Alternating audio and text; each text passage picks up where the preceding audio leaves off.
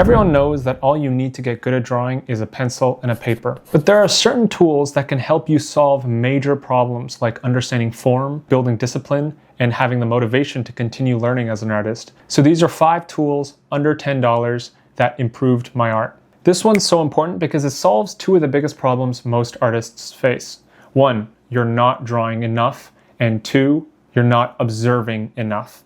And that's where the Pocket Sketchbook comes in. This $10 purchase will make a bigger difference than any other purchase you will have, because most of us don't observe a lot because carrying this around requires you to have a backpack. And if you're just going out for an errand or for a quick walk, you don't want to do that. But that's where a pocket-sized sketchbook is perfect, because it fits exactly where your smartphone would be, and you don't have to find time to do it. Whenever you would be on your phone, you can just use this instead.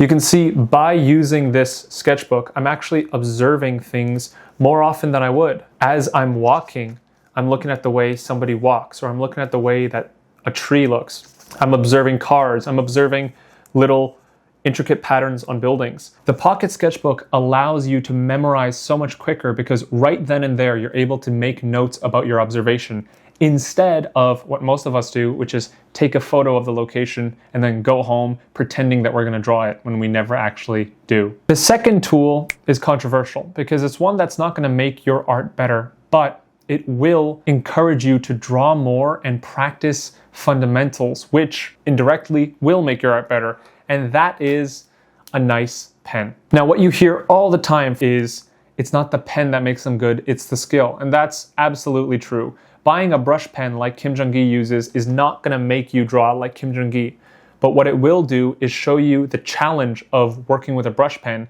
so you're more encouraged to practice the basic lines. I didn't really recognize the value of doing these basic line exercises until I bought a brush pen, where I realized if I can't control my pressure sensitivity, I can't draw anything. So this $4 purchase ended up bringing me back to the fundamentals, and I improved so much faster because of it. If you've ever drawn with a pen instead of a pencil, you've experienced the same thing. You recognize that without erasing, you really don't understand that much. So it forced you to come face to face with your biggest flaws. Now, speaking of Kim Jung-gi, if you do want to draw like he does and draw things from your imagination, you cannot ignore form. But how do most of us practice form? Probably looking up images on Pinterest, or if you're at least savvy, you're going to sketchfab.com and copying from models. But both of these present the same issue. You're on your computer, you're distracted, and you're probably wasting time searching and not drawing, and that's where the third tool, a mannequin, comes in. I got these at an art store, and for $10, you have a fully fledged model of an animal that you can copy from any angle and really understand the form of it. Now, why this is better than an image or even a 3D model is that there's no better way to observe than from the real world. And now, if I could recommend a real life cow, I would, but these will suffice. And now you can draw cows from angles that you can't find in reference photos.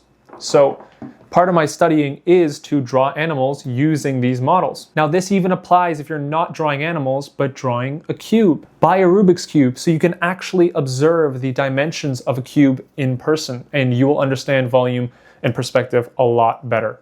Now, the fourth tool is not glamorous at all. In fact, you probably have some already. It's just paper. Specifically, a ream of copy paper. Now, why copy paper? Why spend 10 bucks on loose sheets of paper when you already have a sketchbook? Specifically because they're loose sheets of paper. And if you're anything like me, drawing in a sketchbook can be daunting. And if it's daunting, you don't want to do it.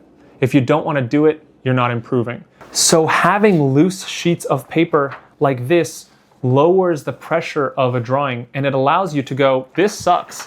I'm throwing that piece of paper away, but it's not going to affect the look of my entire book. If you're somebody who struggles to draw consistently, it's probably because you want to draw well, and your book is a unchangeable history of your mistakes. Loose sheets of paper like this are great to have around so you can maintain consistency in your drawing. And finally, the fifth tool is one where I'm playing a bit fast and loose with the definition of tool because it's a book. Now, I'm calling it a tool because it's less of a book and more of a collection of mental tools to help you create the art you want to create.